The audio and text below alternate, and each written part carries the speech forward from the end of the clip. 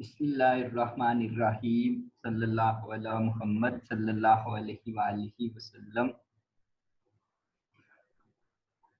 आज हम डिस्कस करेंगे पैरेलल प्लेट कैपेसिटर की कैपेसिटेंस कैलकुलेट करने का फार्मूला। तो स्टूडेंट्स देखें, हमने पिछले लेक्चर में पढ़ा था कि हमारे पास जो सिंपलेस्ट कैपेसिटर होता है वो क्या होता है, consist of two parallel plates separated by a distance which is that distance filled by air or other insulating material।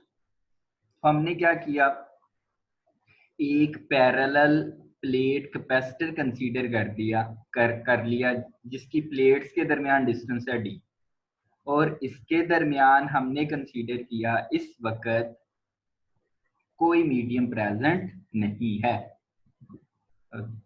अच्छा जी, अब हमने क्या किया, इसकी प्लेट्स को बैटरी के साथ अटैच कर दिया।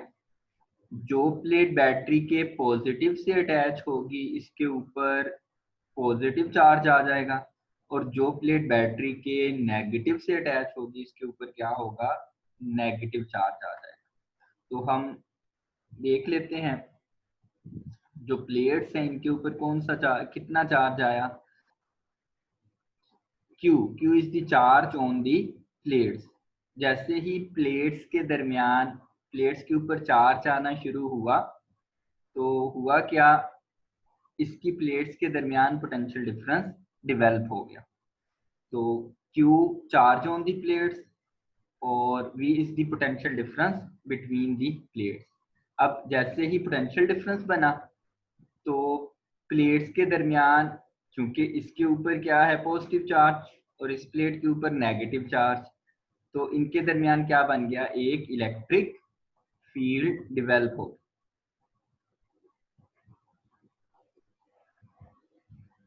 एक इलेक्ट्रिक फील्ड डेवलप होगी, इसके ऊपर प्लस चार्ज आ गया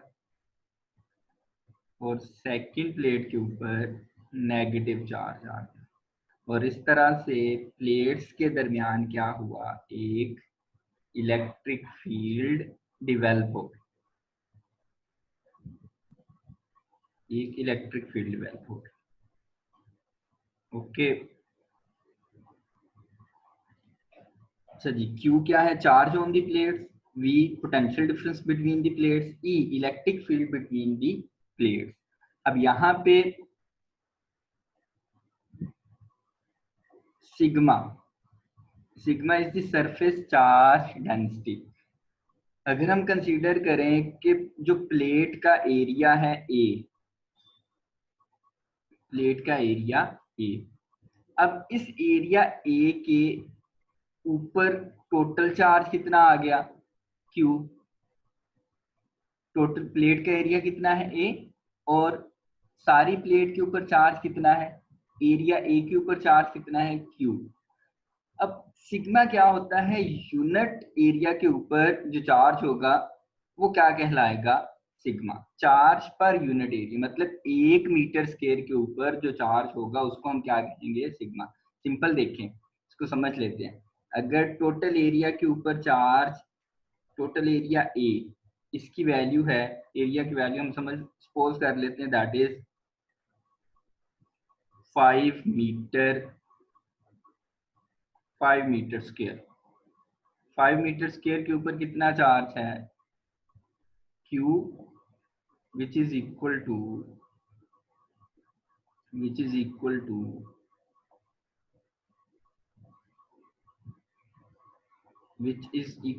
सपोज कर लेते हैं कितना है जी, 10 कूलम। 5 मीटर स्क्वायर के ऊपर कितना चार्ज, 10 कूलम। अब 1 मीटर स्क्वायर के ऊपर जो चार्ज होगा, चार्ज ऑन 1 मीटर स्क्वायर, ये हम कैसे कैलकुलेट करेंगे, टोटल चार्ज को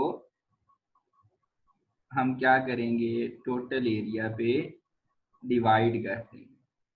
तो इस तरह से हमारे पास जो आंसर आएगा, टोटल एरिया कितना हमारे पास, टोटल एरिया है हमारे पास 5 मीटर स्क्वायर। तो टोटल एरिया पे जो हम जब डिवाइड करेंगे तो फिर जो आंसर आएगा वो क्या होगा, 2 metre 2 coulomb per metre square. This is called sigma. इसको क्या कहते हैं, सिग्मा कहते हैं। चार्ज पर यूनिट एरिया, प्लेट के यूनिट एरिया पे जो चार्ज होगा दैट इज कॉल्ड सिग्मा। फिर पिछले लेक्चर में हमने पढ़ा capacitance of parallel plate capacitor C, जब इनके दरमियान क्या, प्लेट्स के दरमियान क्या प्रेजेंट है, VAC वैक्यूम। VAC से मुराद क्या है, यहाँ पे VAC से मुराद क्या है, वैक्यूम। तो जब प्लेट्स के दरमियान में कोई इंसुलेटिंग मीडियम नहीं है, वैक्यूम है, तो उस वक्त हम पीछे पढ़ चुके हैं कैपेसिटेंस होती है charge divided by potential difference. फिर ये भी हम जानते हैं इलेक्ट्रिक फील्ड और पोटेंशियल डिफरेंस में जो रिलेशन है is equal to V over D। Here V is potential difference. यहां से हमने क्या किया, पोटेंशियल डिफरेंस कैलकुलेट किया। V potential difference V is equal to E into D. D को हमने क्या किया, इस तरफ मल्टीप्लाई कर दिया। तो इस तरह से हमने क्या किया, ओके। फिर पैरेलल प्लेट्स कैपेसिटर के दरमियान जो इलेक्ट्रिक फील्ड होगी, इलेक्ट्रिक फील्ड ये बराबर होती है sigma over epsilon not, surface charge density divided by epsilon not. This is electric field between the plates of capacitor. हमने ये E की value sigma over epsilon not, ये E की वैल्यू हमने क्या किया, इक्वेशन नंबर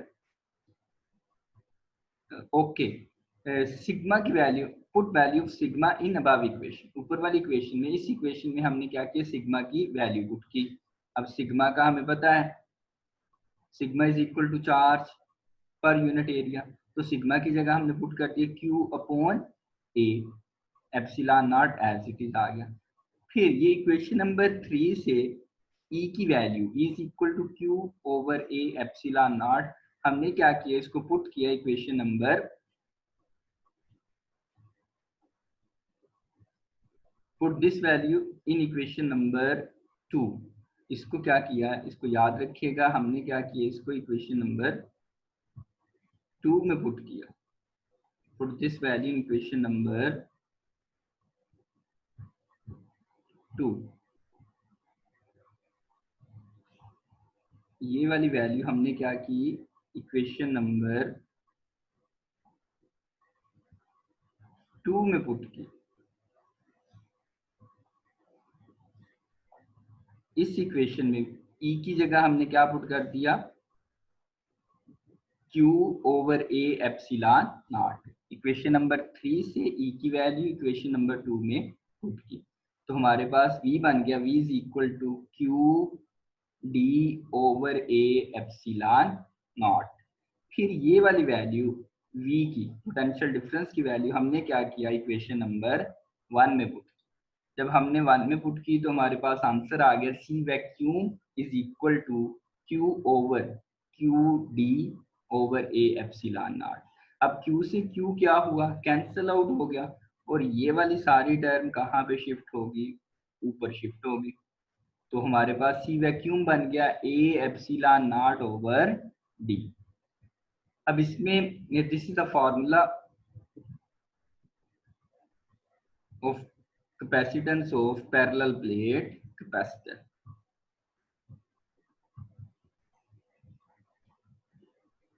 जब प्लेट्स के दरमियान क्या प्रेजेंट है,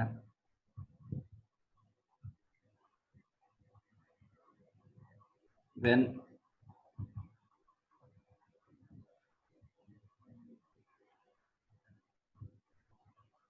वैक्यूम इज प्रेजेंट। तो यहाँ पे देखें, जो capacitance of parallel plate capacitor है, जैसा हमने पीछे पढ़ा था, दो चीजों पे डिपेंड करती है। एक geometry of the plates.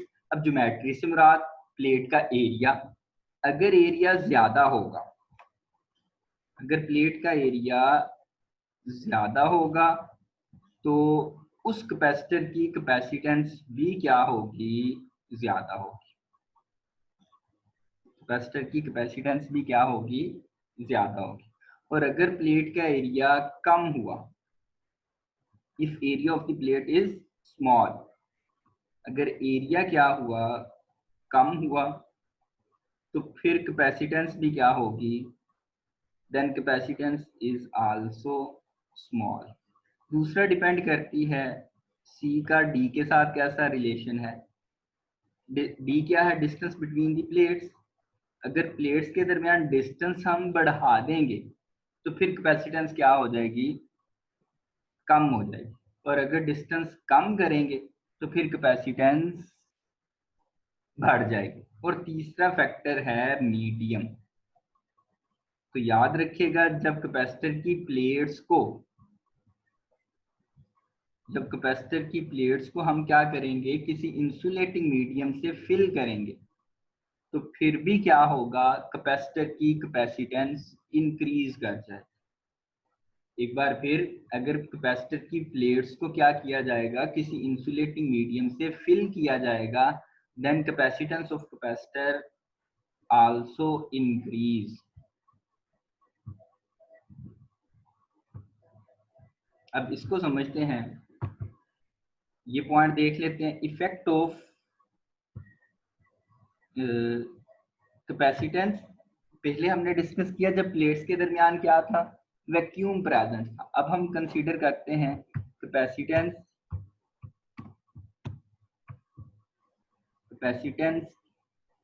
Of capacitor when medium, when dielectric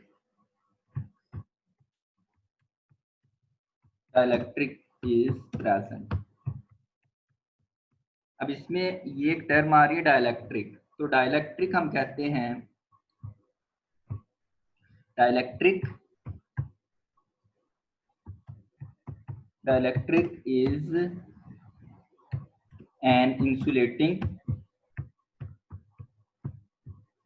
insulating medium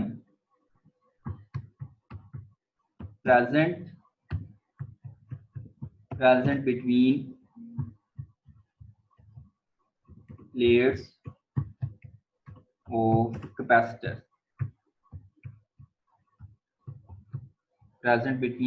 of capacitor, okay, इसको याद रखिएगा।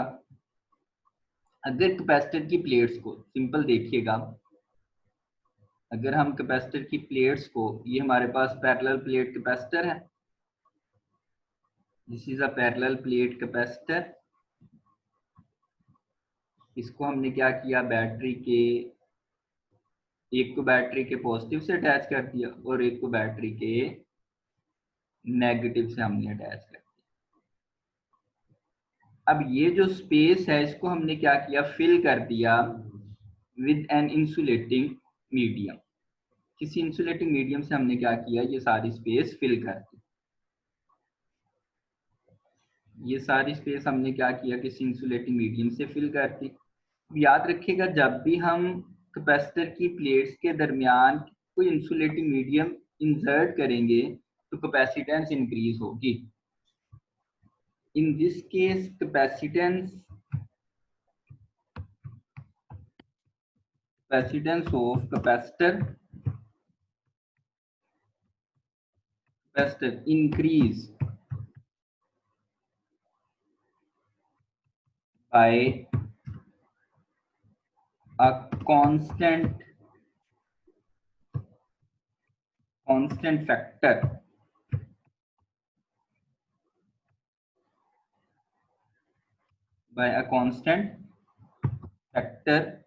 एक कांस्टेंट फैक्टर टाइम क्या होगी, कैपेसिटेंस इंक्रीज होगी, which we called relative permittivity by a constant factor epsilon r। Epsilon r time क्या होगी, capacitance increase कर जाएगी। तो ये फॉर्मूला बन जाएगा, देखें, C medium C medium is equal to C vacuum. अब ये वैक्यूम के मुकाबले में कितने टाइम इंक्रीज होगी? एप्सिलॉन आर टाइम क्या होगी इंक्रीज? कैसे? सी वैक्यूम हम पीछे बढ़ चुके हैं, तो सी वैक्यूम की अगर वैल्यू हम पुट करें तो C medium is equal to C vacuum हमने पढ़ा A epsilon not over D, और साथ क्या आ गया? Epsilon R. This is a constant, this is a constant, इसके कोई यूनिट नहीं है, इट इज यूनिटलेस।